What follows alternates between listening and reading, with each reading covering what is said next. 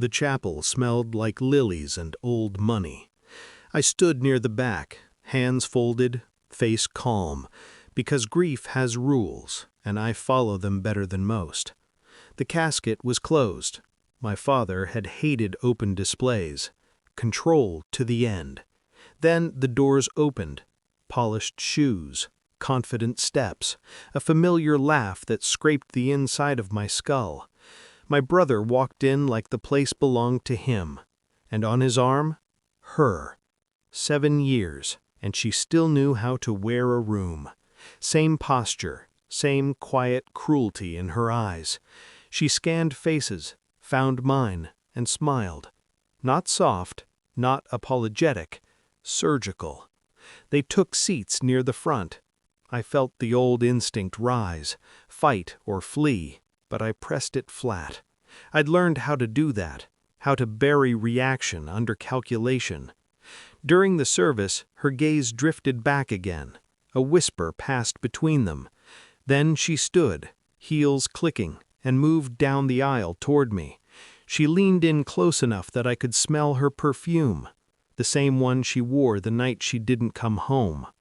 "So," she murmured, eyes flicking over my suit, my watch. "I guess I won, right?" A pause. "You're still poor." I looked at the casket, at my father's name etched in gold, at the life that taught me silence before it taught me love. Then I smiled. "Yeah," I said quietly.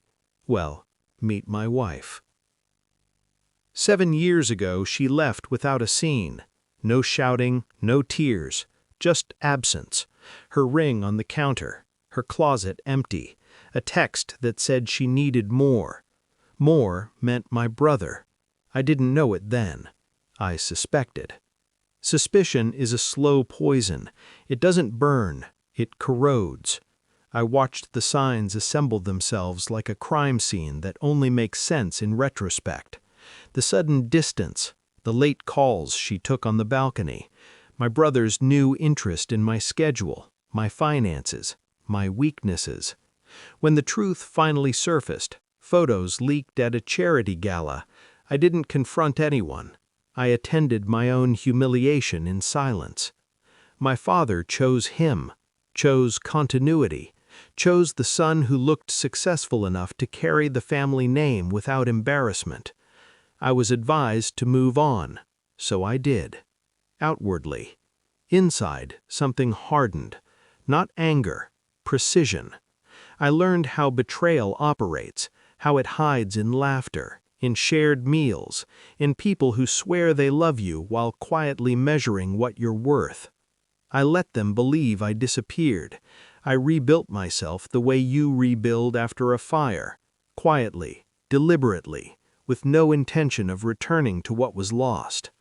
I studied patterns, markets, human behavior.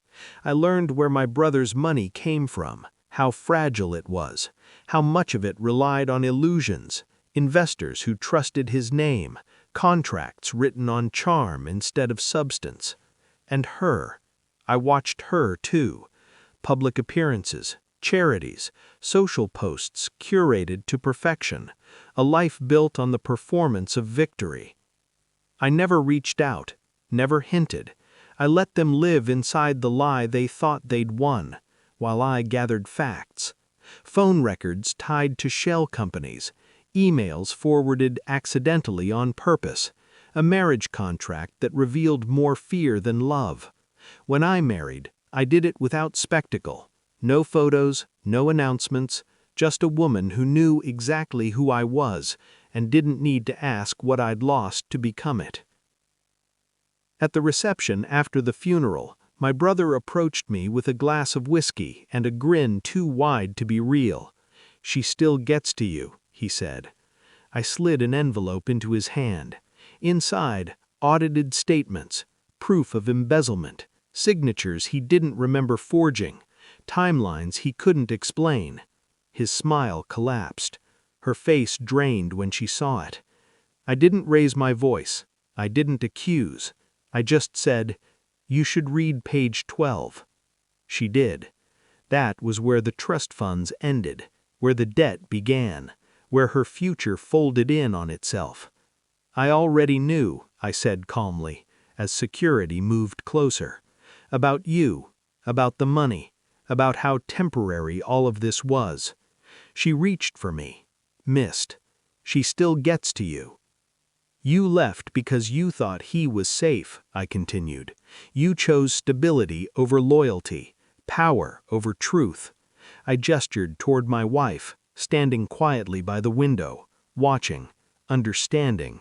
This, I said, is what choosing correctly looks like.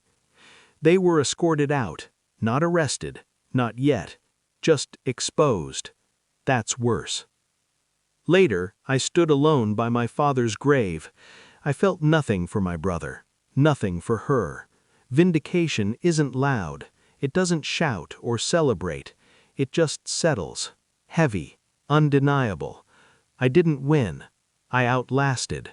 And as I walked away, I understood the final truth. They took my past. I took everything else.